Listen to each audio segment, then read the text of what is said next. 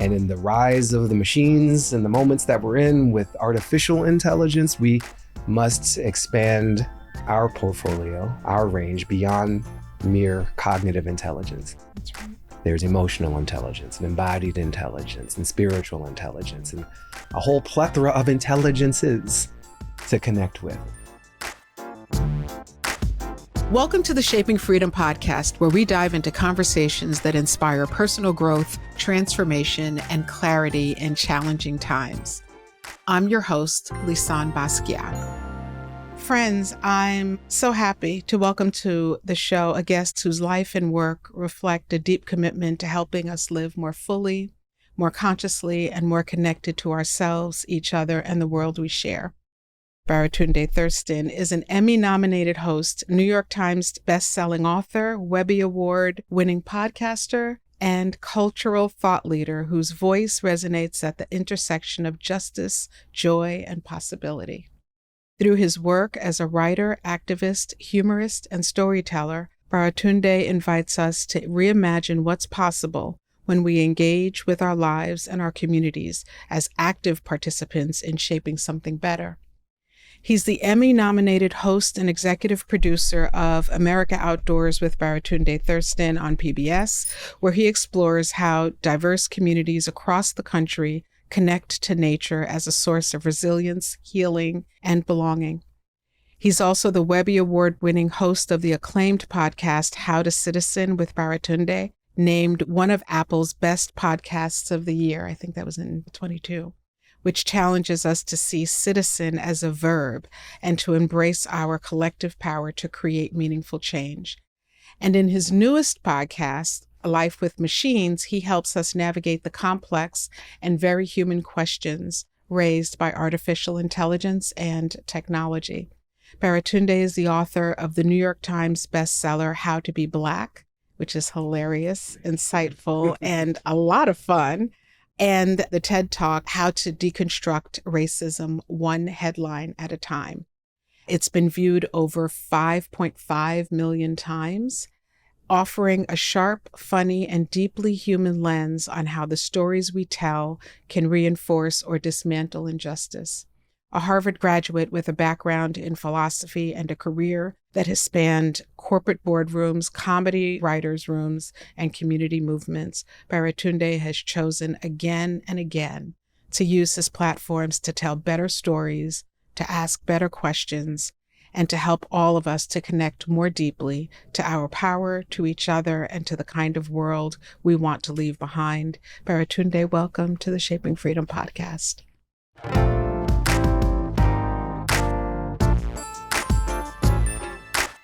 Lisanne, that is a beautiful bio.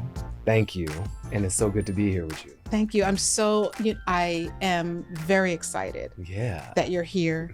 I tripped up over your name. I'm typically good with names, but it was because you made such a point of it in your book. I did. And so I was reading, and I'm like, is it Bara? Is it Bara? Give it to me. Baratunde Thurston. So simple. Baratunde Thurston. Okay. There are people, my preferred pronunciation is actually Spanish. Baratunde. Baratunde. That's simple. Exactly. It's easier in Spanish. Baratunde. There we go. There we go. I'm not a native Spanish speaker, nor were my parents, but I love that pronunciation. And you're also not Nigerian. No. Well, then. Even though the name originates from there. Yes. So, okay. Baratunde. Now I'll get that. There we go. Claro. Perfect. So, one of the reasons why I wanted to have this conversation with you is because one of the things that I talk about, or the thing that I believe is part of the reason we're each here, is to find a way to free yourself of whatever it is that is standing in the way of you being who you were meant to be on this planet. Yeah. And I believe in doing that by dismantling unlimiting beliefs, by helping people to give themselves pause and to take a moment to look at how they were programmed and how that's showing up in the world. Yeah. And you do the same work. Thank you for seeing that and saying Yeah. that. And thank you for what you do in that epic mission. It takes Yeah. a lot of hands. Yes. Yes. Yes. And in looking at the work that you've been doing, what I am so impressed with and also so deeply grateful for is the fact that you do that in many different ways. It's like you seem to have a mission that you fold into or speak through Yeah. all the different things that you do. And so I do see that. Yeah. And we appreciate you for that. Wait, who's we? We, the world. Oh, cool. I was like, is there a committee or No. Well, sometimes there a high is. council? Is this the Illuminati? Is this how it goes down? This is the Illuminati. It's here. You didn't know. And I didn't want you to know, but now you do. We've been watching you. And we approve. Yes. We, the folks who are listening, the Yeah. folks who are watching the work you're doing, Yeah. we, the collective, we see you. And we see the contribution that appears to be very intentional contribution that you're making. It is. Yeah. Thank you. Yeah. Yeah. We're going to have some feelings today. We're Let's do okay. it. Yeah. Yes. Yeah. Yes. Let's start with the concept of freedom. When you think about the work that you do and the man that you are and the journey that you are on and have lived thus far, what does freedom look like to you? A lot. It looks like a lot. The first thing that comes to mind is collective. I think in this land, in this country, we interpret freedom as very individual. I am free to do what I want, first person singular. And freedom exists in the context of others, as is all life. And is not merely rights, but responsibilities and a kind of belonging and cohesion to it. The freedom from pain and injustice is a part of freedom to me. Yeah. I think because so much of my work is storytelling, there's the freedom to create a story and then live in that, one that is encompassing and has room to breathe. And the other thing that's on my mind, I've been in so many indigenous spaces lately, American Native indigenous spaces. And there's a really powerful woman, Loretta Afraid Bear Cook. She's Oglala Lakota. And she talks about what I saw as like the series of consequences or conditional relationships. There's a group of us who've been in relationship with her, and she's had this mandate herself to learn to go out there and get along and have the courage to stand up for yourself. Yeah. And then she tells this story about courage, which weaves freedom into it. Courage is a prerequisite for justice. Justice is a prerequisite for freedom. That's right. And freedom is a prerequisite for peace.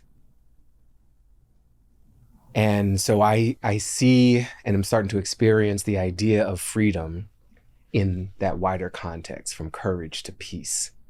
And I'm on a deep learning journey myself about the peace that existed on this land before any of us showed up here or were dragged here. Yeah.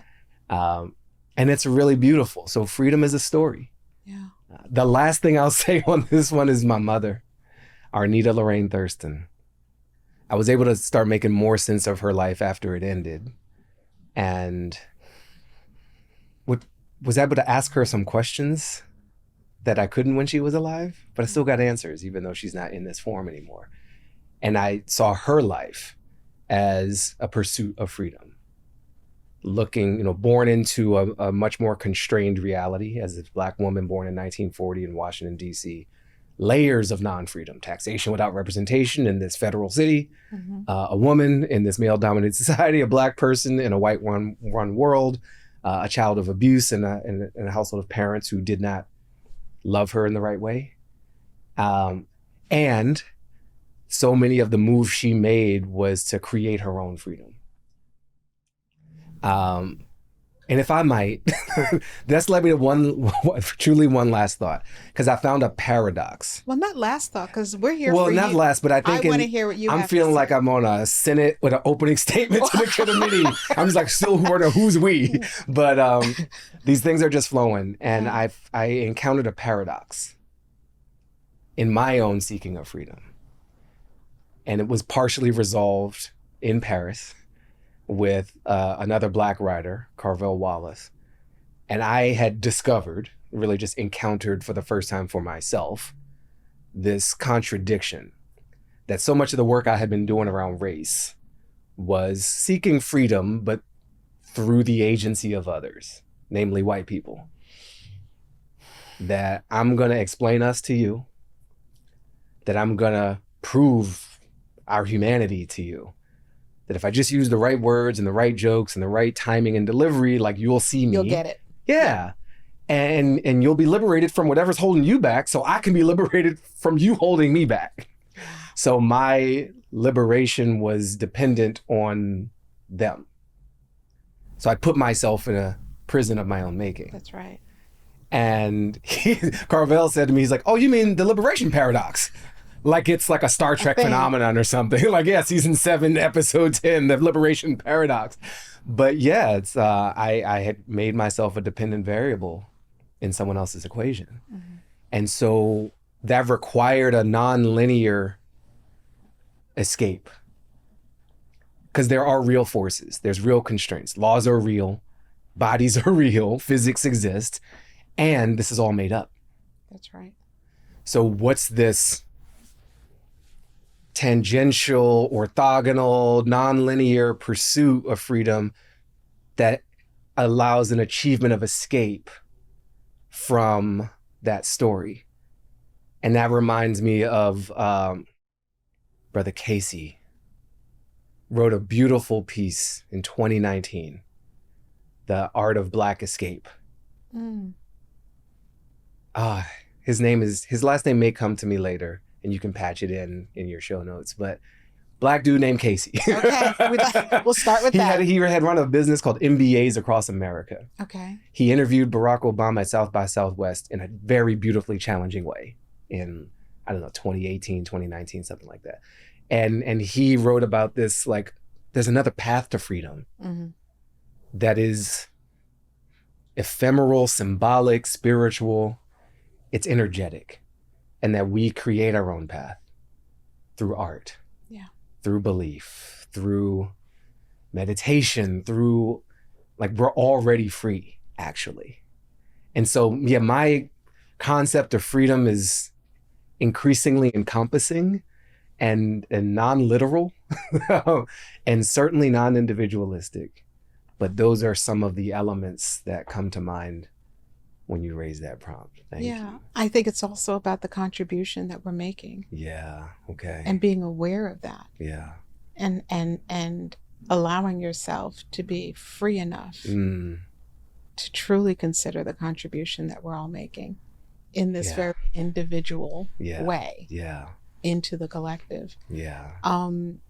This has been an interesting weekend. We're having this conversation just after the 4th Independence weekend. 4th of July. Oh, yeah. An interesting one for me personally. But on the other side of the weekend, I did a 24-hour run to New York to spend a day with my stepmom. And it was also the anniversary of my father's death, the 12-year anniversary of my father's death. Yeah. And I, too, have spent a lot of time asking questions of my father that didn't stop when he passed away in Sometimes 2013. They increase. They got more intense.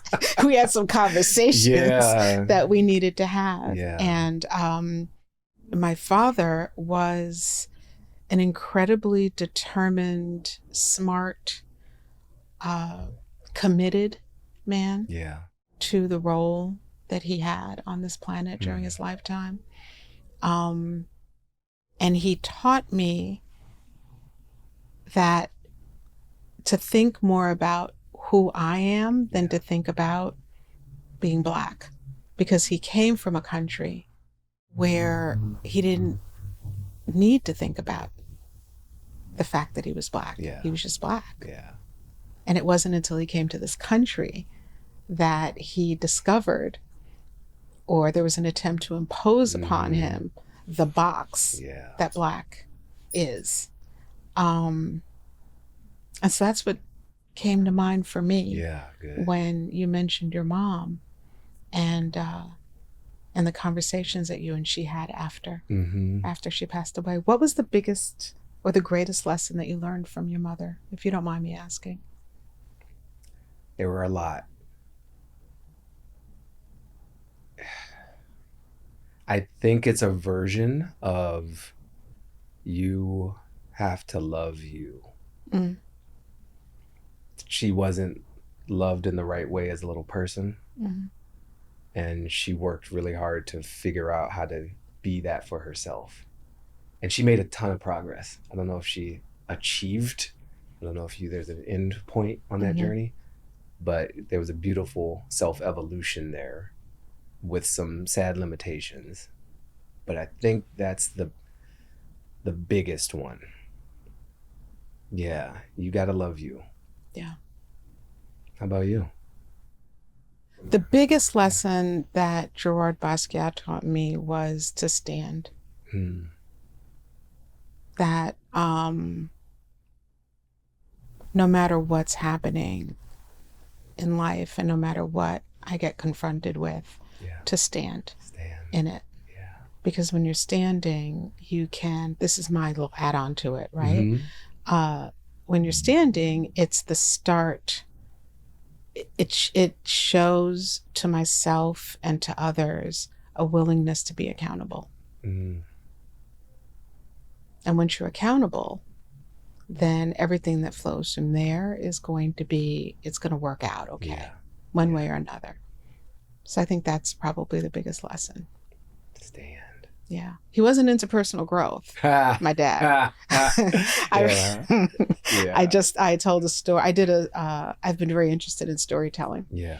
And I told my first story down in San Diego like 2 weeks ago. In what kind of format? It's Vamp. It's a Vamp storytelling thing. Okay. And in what format, meaning what? Like, was it a moth thing or? Yeah, so not moth, it's Vamp, which I guess is kind of the San Diego equivalent, although they have stories here. It's a group called So Say It All. Oh. And a friend of mine, when I mentioned wanting to find out more about moth and wanting to go look at, to watch one of these performances, she mentioned that there was Vamp and it's in San Diego and just do it there. Yeah. And so I submitted a story and so did she. Mine got selected and it started off being a story about one thing and turned into a story about my father and a story about the relationship with him and the dichotomy in him as a person. On one hand, very loving and supportive and pioneering in his thinking, and on the other hand, very closed and rigid about certain things,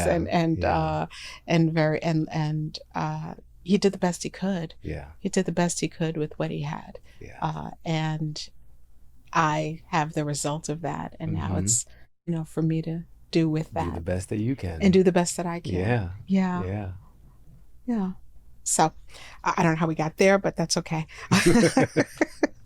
What were some of the legacies that you had to heal or reimagine or reconstruct along the way? Legacy of abuse. My mother was abused by her father. My sister was abused by my father, who is not her father. I've known that for a very long time. It wasn't like a buried family secret. It was actually shared with me at a pretty young age so that I wouldn't be, it can be weaponized against me later. That's how my mom explained it to me. It's like, I want you to hear this from me. Yeah. So somebody doesn't come 20 years from now being like, your daddy this, and you kind of knocked aside by that and bowled over by that. So I had to heal from, and I don't know that that's complete, but it is one of the legacies, one of the things I've inherited is that dynamic and that relationship. I think I've had to heal in a way that's pretty fresh. Well, before I get to that one, that dynamic and the fact that I was raised by my mother only. My father was killed when I was quite young, 8 years old. And I was raised in part by my older sister. And literally every animal we had in the house was female. So I had no male energy around me of any species. I don't know if plants have gender.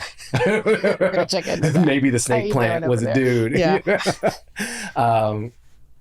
And so, yeah, I learned a lot of respect and deference because of their experiences with men, and just because of being surrounded by female and feminine energy. But I didn't learn some of the other energy. And layering in race stuff of, just wanting to like survive and not stand out too much is, I'm dichotomous as well. And like, I got a ton of confidence, speak my mind, and I'm not an idiot. And I'm not trying to get got by the authorities or, just mouth off because I can, and I certainly can, but I don't. I'm very diplomatic by nature and by nurture. So I think finding assertion and strength and force, even, still respectful, but these are important attributes of being a human being and being a man, healing from that. And I think with my relationship with my mother, there's some healing from all that she demanded of me, that she needed, that she shouldn't have expected from me.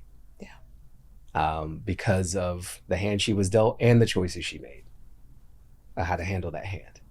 And so a lot of pressure on a little boy to be companion to mom. And the love I had for her was really, really important to her. And she was not, she was sensitive to threats to that love between us. And so that loyalty and like, I think it just made her do things that she shouldn't have in terms of trying to protect what she got from me. Which isn't what I needed either. And so healing ultimately from being a mama's boy who like loves his mother dearly, and the way I wrote about her and How to Be Black is less nuanced than how I would write about her today, 12 years later, 13 years later. No less love, but more information, more context. And to heal from not asserting or even naming or being aware of my own needs. There's a lot of like making sure mom's okay.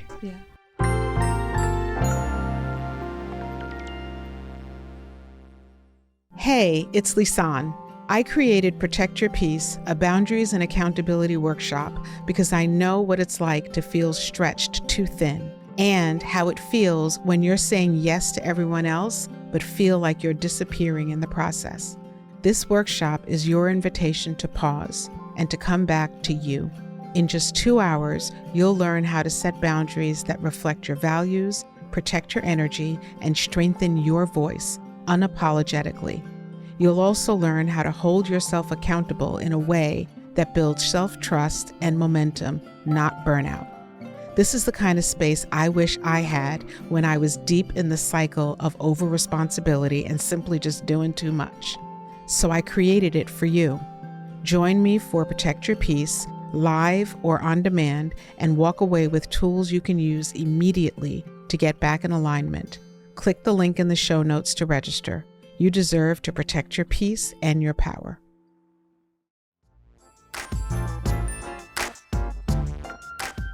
Where do you, if you don't mind my asking, how many children and where do you fit?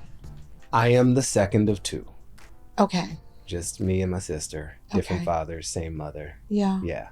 That happens a lot, where, and that I'm referring to is when you're raised by a single parent, sometimes the child of the opposite gender gets caught in kind of that web of what their role is supposed to be. Yeah. And specifically, I think it happens a lot in Black families, in the relationship between sons and mothers, especially when there's some semblance of dysfunction that led to the family structure being that way. You know, and it comes from, most of the time, love, total love, and all of that. But it also creates something that that son and that mother have to also work out and work through as the son gets older. You know? And it's, and I'm bringing it up, and I hope it's okay. It's okay, that I'm bringing it I up. brought it up. Because that I lean into something you brought up. Because there are so many people who are experiencing that today. I look at what's happening out in the culture with mothers and the biological fathers of children, especially their boys, and raising these boys in a home where there isn't a lot of male influence, and maybe that woman is feeling the scabs of the relationships that they were in, so they try to protect the boys, but then it creates this thing where it's like, that's not who I'm here to be for you. I can't fill that role. And that's part of the contradiction with Arnita, is that she's magnificently self-aware and transparent relative to, I think, most humans of her age at any given time, and certainly in her disclosures to me. I saw a lot of this, and she tried to compensate for it. There's some things she kept from me that I learned later from my sister or her friends, but she enrolled me in this rites of passage program, very Afrocentric, Black men and African men, trying to fill that gap, not just with her energy. She knew she wasn't. I was going to ask you, how did you get it? Because I know you got it. Where did you get it? Some of it was that. A lot of it. That was a big dose. And it's an extra irony that we found that program. It's called Ankobia. And it was part of the Nation House Watoto School in Washington, D.C. We only knew about that program because of the white private school that I went to at the same time. So dichotomies, right? It's like so many false binaries that create the beautiful spectrum. So I start going to Sidwell Friends in 7th grade, in part because the principal of the middle school at the time was a man named Bob Williams, who was a Black man, and like a very man and very Black person. Like, knew who he was, proud of his people, also knew how to navigate this space at a very high level, and saw me and saw my mother. And she saw some kind of surrogacy in him. This guy could be an uncle, right? And he tipped her off to like, yo, sis, I'm a part of this other thing that has nothing to do with this world, but can probably help a boy like yours be fortified in this world. I don't know what their conversation was, but she was primed for it. And whoever initiated, like, I could only be as comfortable as I was in the Sidwell environment because I had this Ankobia environment. And that was a couple of years of overlap and parallel educations, sometimes directly in opposition to each other. But so important. Very important. Balance. Very important. You can't just go with the official narrative. No. And that was the other thing that my mother offered me. Choices. Expose this kid to all kind of stuff. And let him figure it out. Do the Boy Scouts thing, do the DC Youth Orchestra program thing, do the Ankobia thing, do the community garden thing, do the political rally thing, do the musicals and clubs thing, and the computer thing. And then the nature and the hiking, and like be out in that was, I think that approach is more common now. There's the Tiger Mom trope. I called my mom was the Black Panther mom. Right, it's still a predatory cat, right? But it's like, it hits a little different with Arnita. But yeah, I think she was trying to open up channels.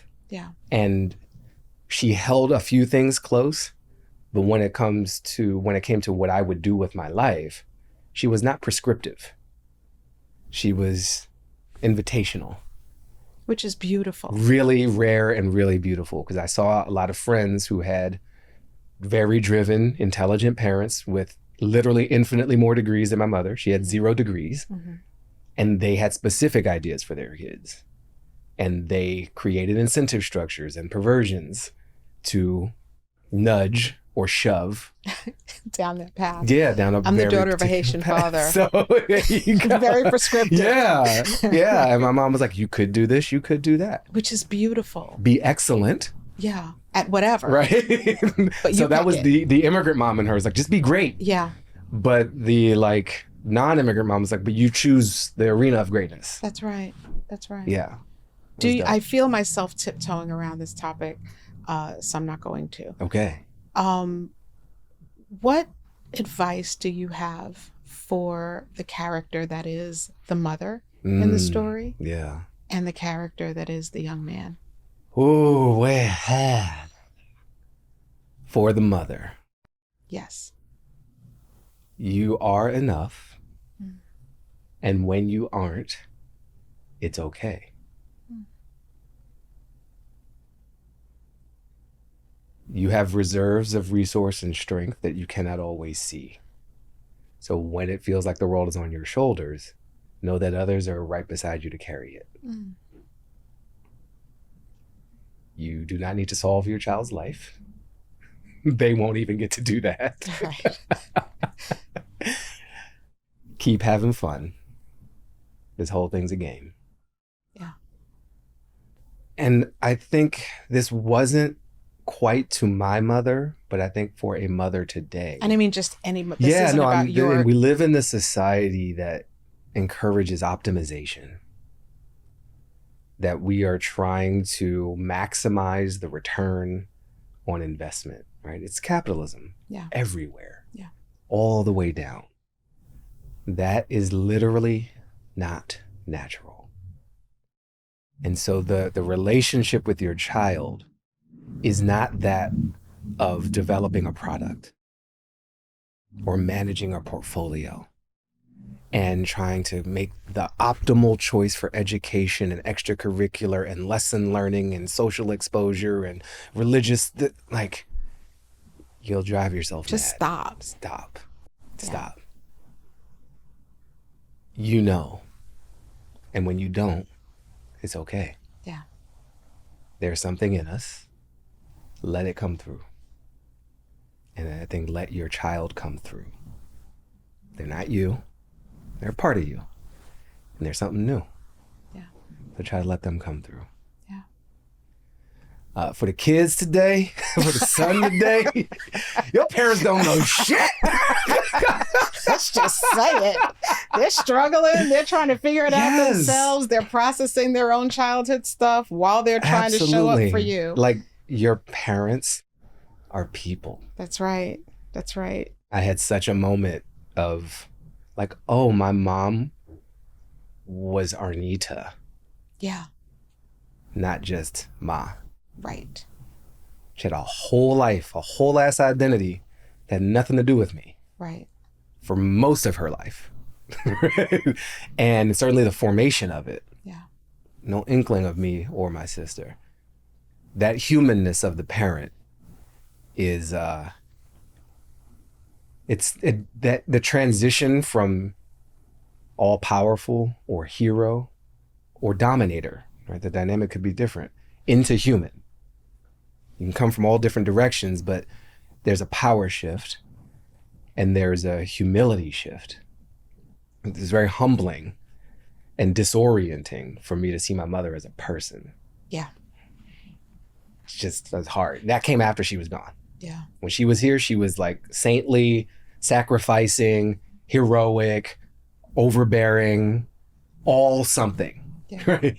And I was like, oh, she was just trying to figure stuff out. That's it. She really didn't know all the time. And I overinterpreted her power and her role.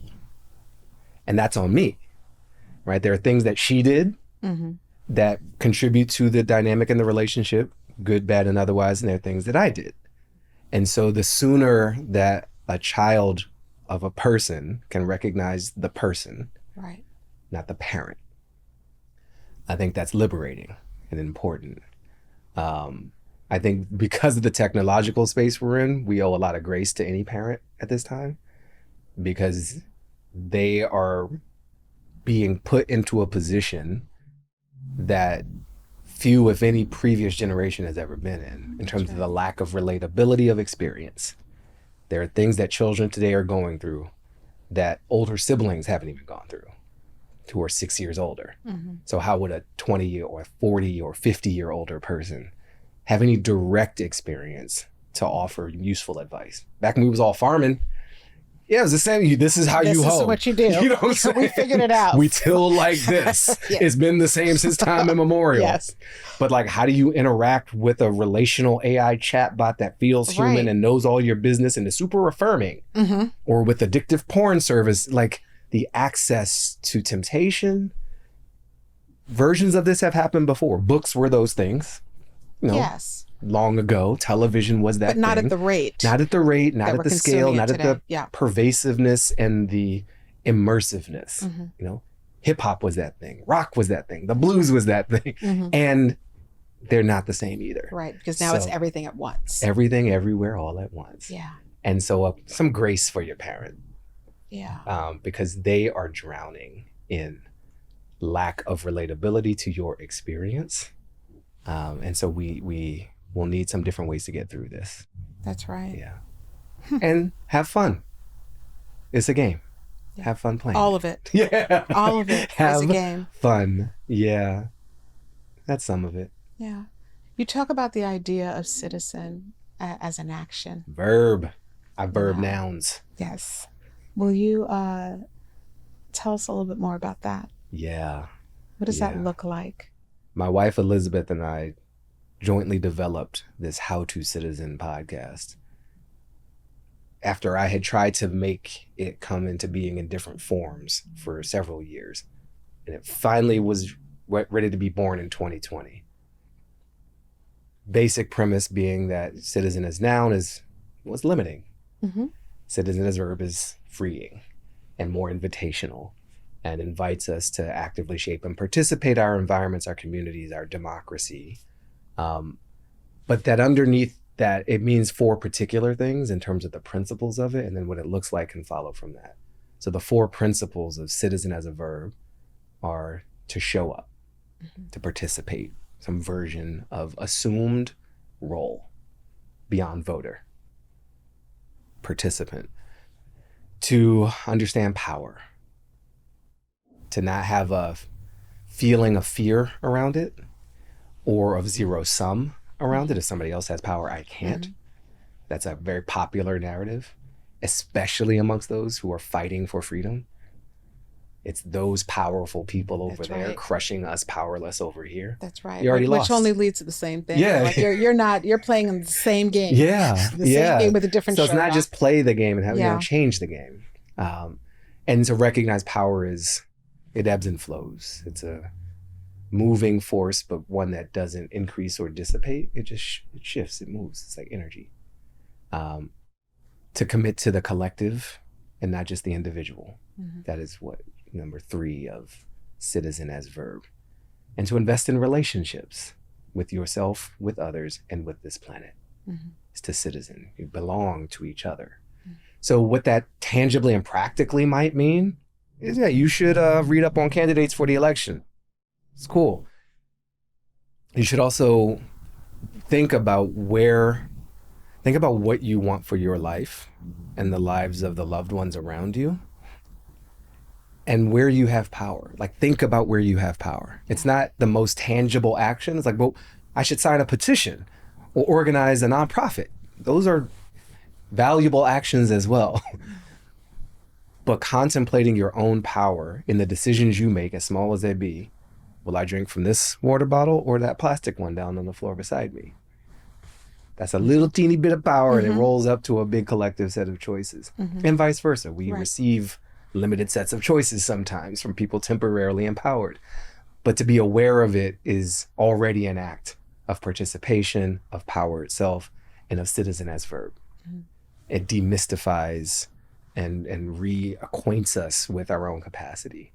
And that's really important now when it feels like other people are making really big decisions that are limiting our freedom and our choices.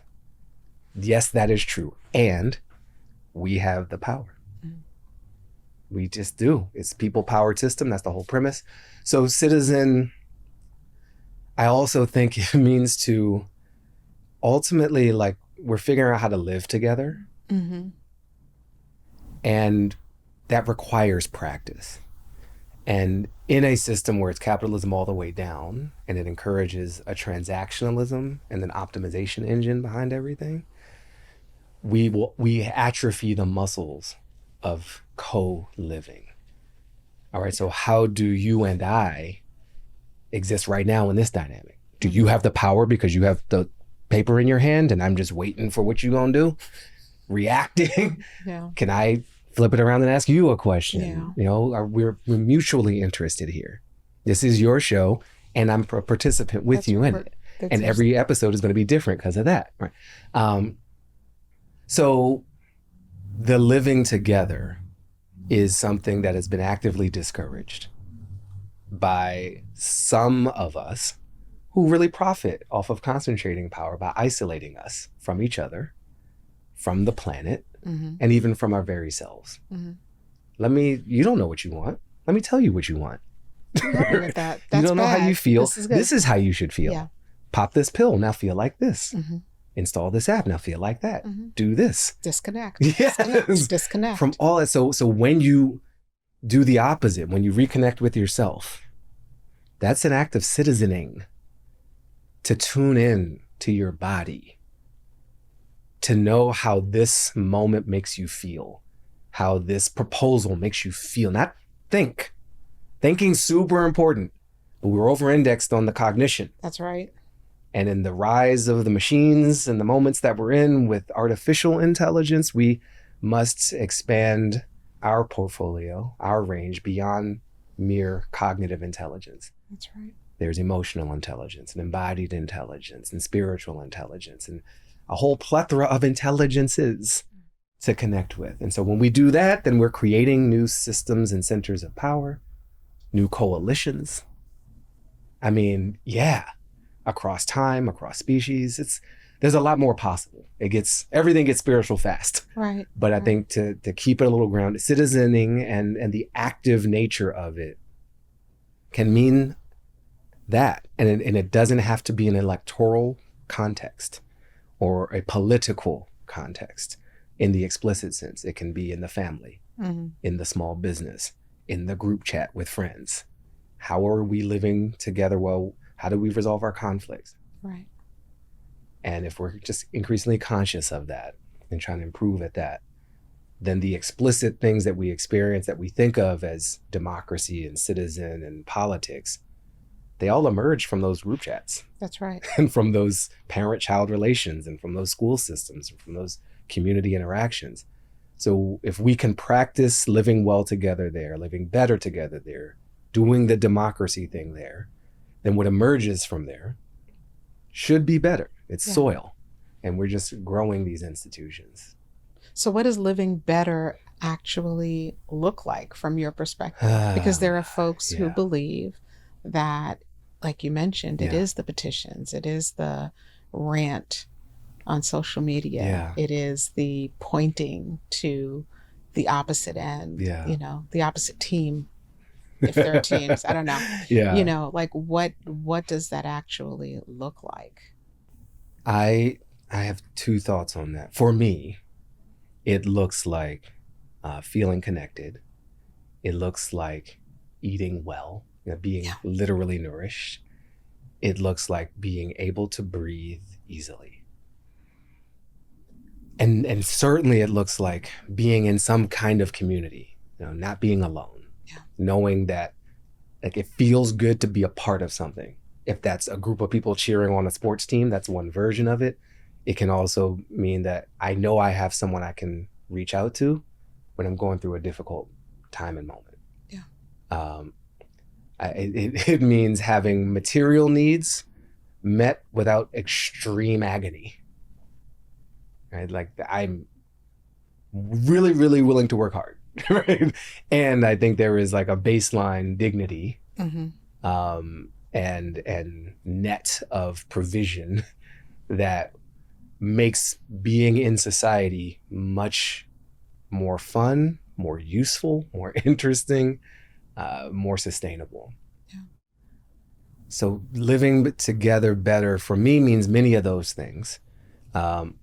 It means having a sense of purpose that is resonant in some way, right? That what I'm doing means something to somebody. It matters. Yeah. And I mean, it might be to my niece and nephew, right? That like I have some relationship with them and they like my jokes. All right, I got my purpose today is checked. Make this person Theo laugh. laughed at my joke. Yes. Cool. Or it might mean something more explicitly civic, right? That my choice or my opinion matters, or that what I do for work matters. I want to matter. And I think a lot of us do. There's another way I'm thinking about this, which is I'm always thinking like tangible and intangible at the same time, I think, and less tangibly. It's being able to define for yourself and with others what you value.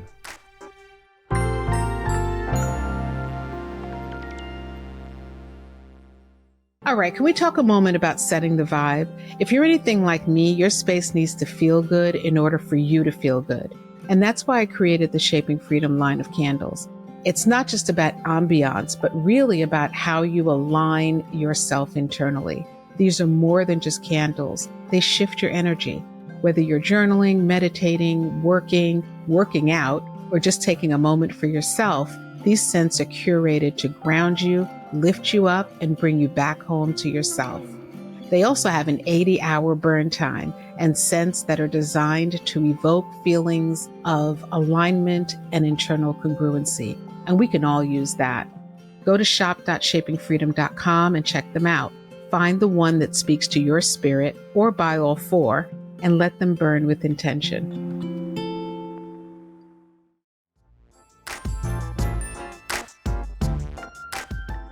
In our How to Citizen series, we talked with roughly 60 people.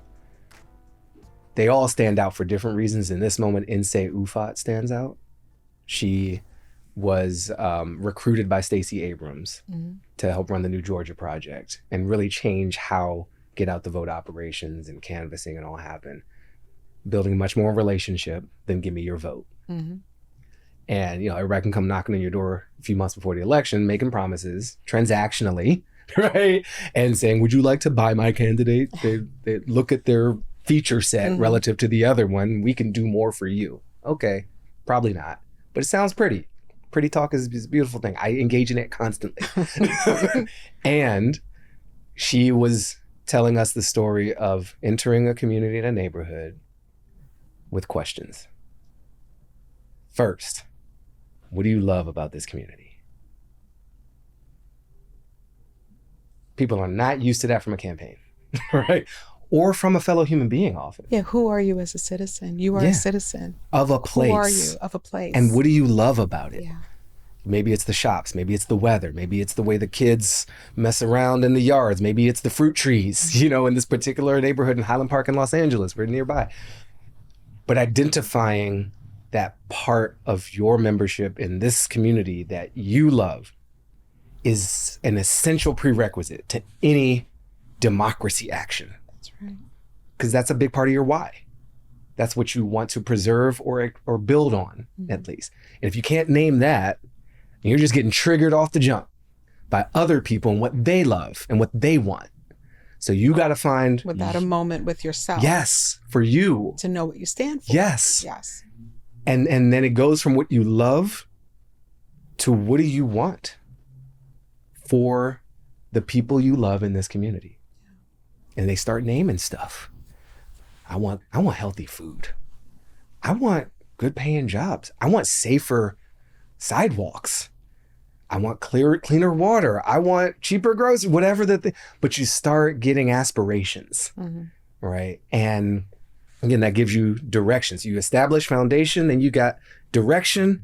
All right, now let's move. get some momentum. Let's throw some mass behind That's this. right. And then you start bringing people together to find, okay, well, we all love these things in common. We've been told we're super different. And that you're over there because this is the color next to your name or the letter next to your name or the hood you're from. We got a lot of different divisions. But we all love the loquat trees, right? Right. Interesting. Or we all love the birds. Okay, cool. We all love the river. Right. In America Outdoors, the PBS series, I found this deep love of place like a sports team. People love their mountains. They love their national forests. They love their creeks and cricks and however they pronounce it in whatever part of the country. So you build on that shared love. And then you find the overlap. You build on the shared aspirations. This is not what I want. This is what apparently we want this. Yeah. Huh. So now you got mass and you got some velocity and then you can get some momentum going to get those things done. Yeah. Yeah.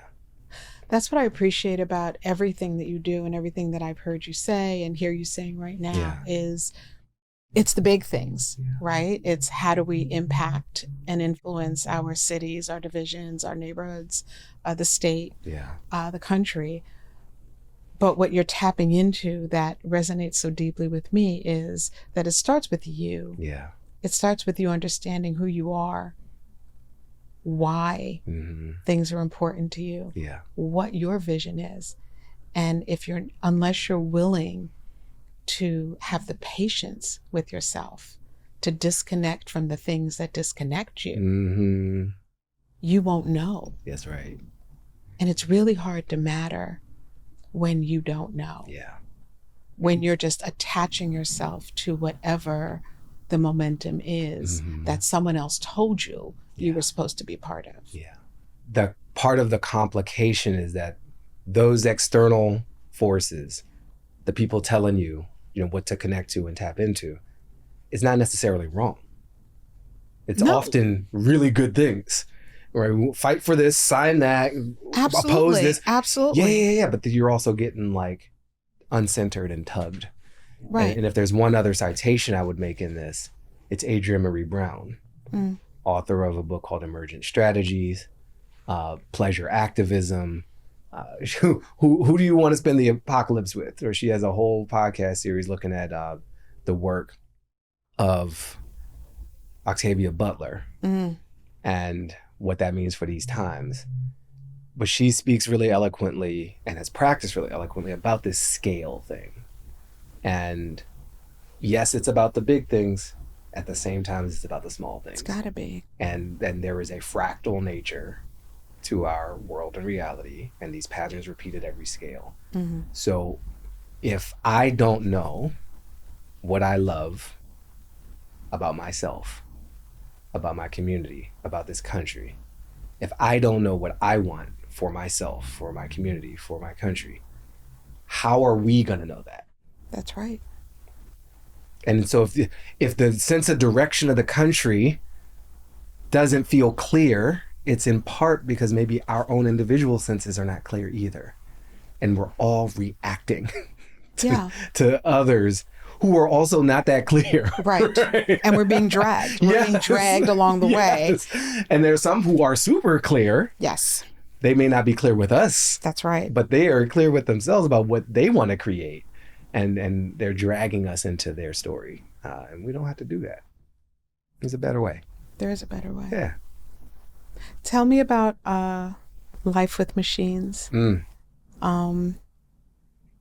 AI has become such a huge part of our lives. Yeah. I saw this reel the other day on one of the social media platforms where it was like your friend who loves ChatGPT, and it's like, ChatGPT, what time is it? Yes. What time is it? Yes. What's the weather? Yes. Whatever. It's just a huge part of our lives, and people are using it for more and more ways to make decisions about what they're doing on a day-to-day basis, to create and all of that. And there's a lot of fear around AI. Yeah. And you're exploring it in Life with Machines. Yeah. So how should we, or how could we be looking at AI and the ways that it can impact our future? Or what do you think the role of, I don't know what my question is. I feel it. I feel the shape of your question. Thank you. I appreciate that. Yeah. I appreciate that. And part of what I am interpreting as your lack of clarity in this moment is because the thing itself is not clear. Yeah. Are we talking about a new set of technologies? Are we talking about apps? Are we talking about enhanced tools? Are we talking about machine learning and automation? Are we talking about a reflection of our thoughts? Yes. A reflection of what's really happening inside. Is that what we're afraid of? So there's a lot going on. Yeah. And AI is not one thing. It is many, many things. Technically, it's many things, but also in terms of the impact on the human experience, which is our primary question and curiosity in life with machines. It's many things. Yeah. So a simple framing that I'm playing with is like, AI is a form of power. Tell me more. The implications and impact are going to be very wide-reaching. But I say it's a form of power, one, because of universal impact that it can have, and lack of clear outcome. It's up to us to like marry that power with intention, with community, with the other principles of citizen. Like there's no space between how to citizen in life with machines. We got to show up and participate in this moment. That's right. And not just let Silicon Valley dictate things to us or hope that our regulators and legislators have our best interests at heart. They've been very clear they don't. Very. They've actually been pretty explicit. Yes. You know, the latest attempt in the big dumb bill was to prevent states from doing anything to protect their people. That's right. From the consequences of use of these technologies. And the first order of any government is protecting its people. So you're already abdicating your primary function, right? So thank you for the clarity. Cool. I still want to live. So I got to show up. Right. I got to understand this. I got to understand this power and its implication. I got to commit to a collective.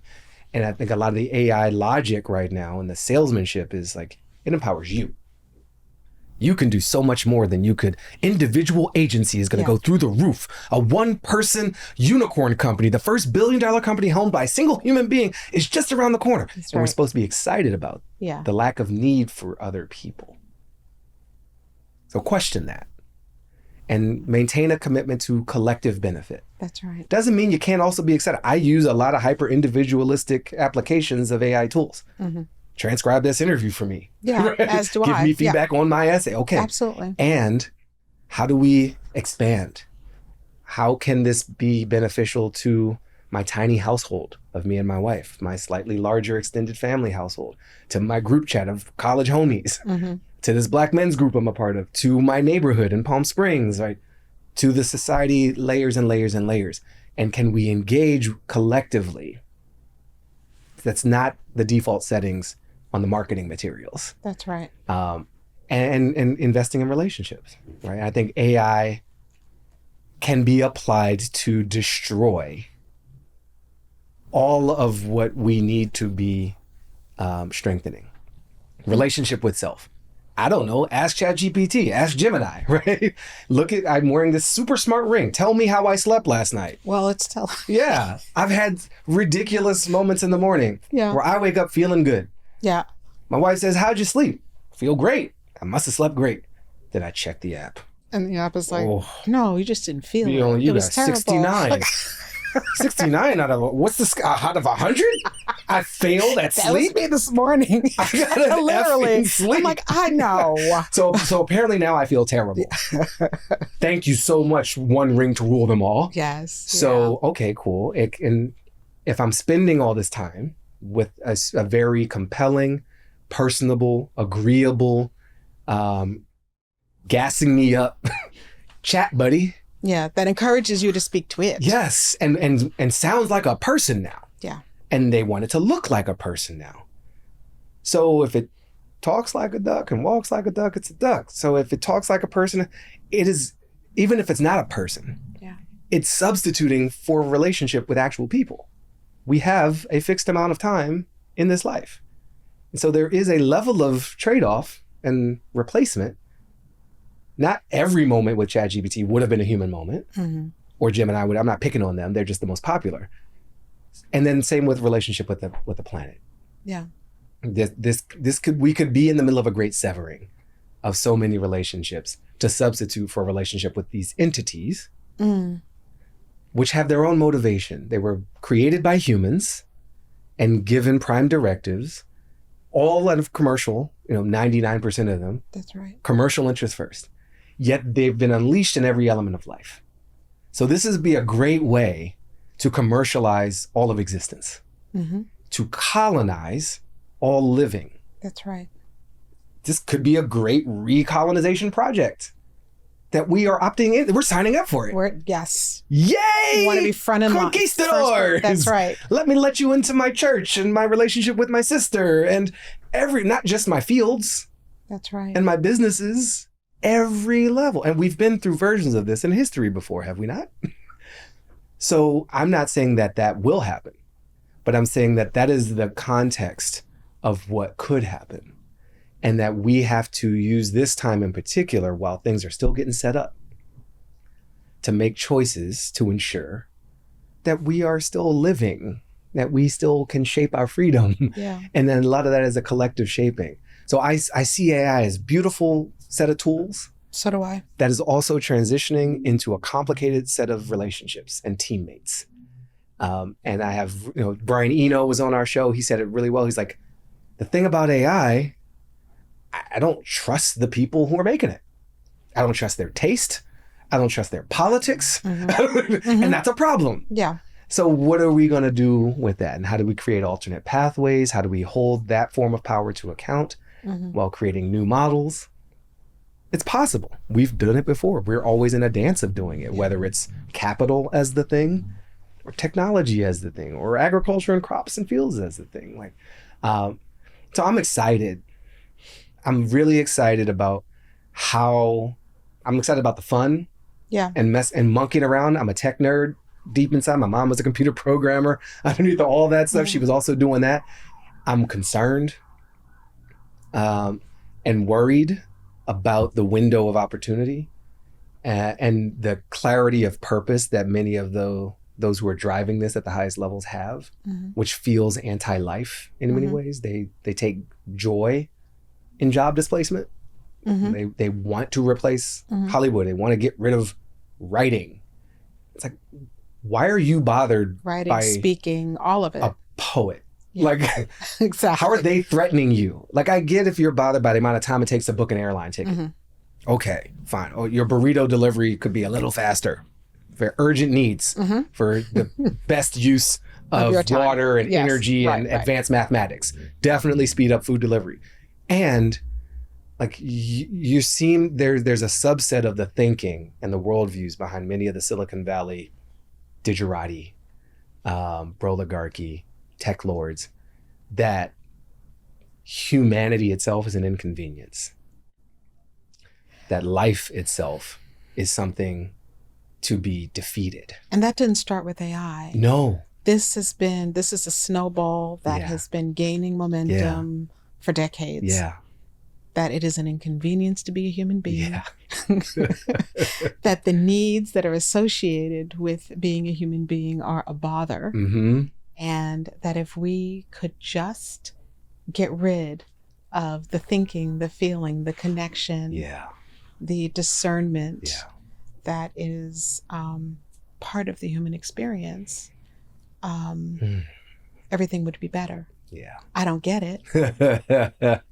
but that's, I don't get it. And you do. I think you do. I do. In that. What I don't get, to clarify, what I don't get is I don't get why we are not, let me change that. I want us to push back harder on that. I want us to type A differently. I want us to pause and to have a moment to connect with human beings. I want us to not devalue and diminish the importance of seeing someone on the street and saying, oh my God, wow, we're going to have this great conversation. Hey, who are you? Those things are important. They're important. And blaming AI with all of the commercial intent behind it, blaming AI, I believe, is a way of us not showing up as a citizen. Say it louder for people at the back. Right? Dr. Raman Chowdhury runs an organization called Humane Intelligence. They help communities in a collective sense test these systems as a kind of game, but also as a practical value and as a way of demystifying them. You know, we're being tested on all the time, but test back and find the weaknesses and find the biases in particular. And she says something that will stick with me forever in the context of the phrase AI is taking jobs. She's like, AI is not taking your job. Right. People at companies are deploying AI to take your job. To take your job. That's but right. it's people. It's Soylent Green, right? It's just AI as people. Yeah. And sometimes in a very literal sense, there's a lot of data labor and work that goes on, underappreciated and undercompensated. But at the highest sense, there's human beings directing the application of this power. That's right. We are human beings who can do the same. That's right. And we can challenge the use of power in that way. We can redeploy it. It doesn't mean there's no AI, but it means we direct it toward different sets of needs, different problems to be solved. I don't think humanity is a problem to be solved. And I think that's the baseline operating premise of some of these people. It's like they're trying to solve humanity with technology. Right. Faulty premise. We're not on the same page here. We're not in the same book. That's right. Yeah. All right. So I think that we can drop the mic on that last statement. Let's do that. Because that is the thing. Yeah. And I could talk to you for hours, and we don't have hours. Yeah. We could absolutely do this for a long time. Maybe a part two. Yes, maybe a part two. Yeah. One quick question for you. How can we support you? Oh, wow. Huh. Since we're talking about humans. Yeah. I mean, inviting me here is a great act of support. Yes. This has been a lovely conversation. Please publish it. I think everybody. The comedian. We didn't talk about the humor part. There you go. Don't make assumptions. You know, it's like, oh, we had a great recording in our library. But I think less tangibly and connected to me is try to apply some of this stuff. See where it lands for you. Anyone listening, not just you. I think specific to me, if the Life with Machines convo is feeling like something you want to be a part of, find us. It's a video podcast on YouTube or on Substack as Life with Machines. And I'm Baratunde, on Substack and all the places. And I'm really working on elevating the storytelling. You and I started acknowledging the context of Independence Day, July 4th, 2025. Right. In 1 year, we will be in a fever of celebration of a perversion of that history in terms of independence. And I and my wife, Elizabeth, and many others are working with some Indigenous leaders on retelling that history in a more deeply honest way about the democracy that was already here, and highlighting the relationship between sovereignty and interdependence that we need to be channeling right now. We've over-indexed on just the independence part. Let's remember that we need each other and that there are ways of being with this planet, with each other, that are still on offer to practice. So join us in that, and let's practice this together. Baratunde Thurston. Lisan!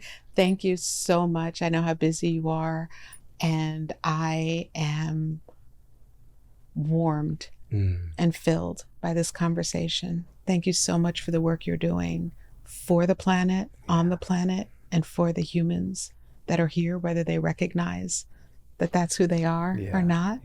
And we're going to continue to watch you and continue to celebrate and support you for the wonderful work that you're doing. Thank you so much for being here. I truly appreciate it from the bottom of my heart. It's a real honor to be here with you, to be here with your family, and to be a part of the family of people who've been on this journey with you in this show. It's beautiful what you've got going, and thanks for making me a part of it.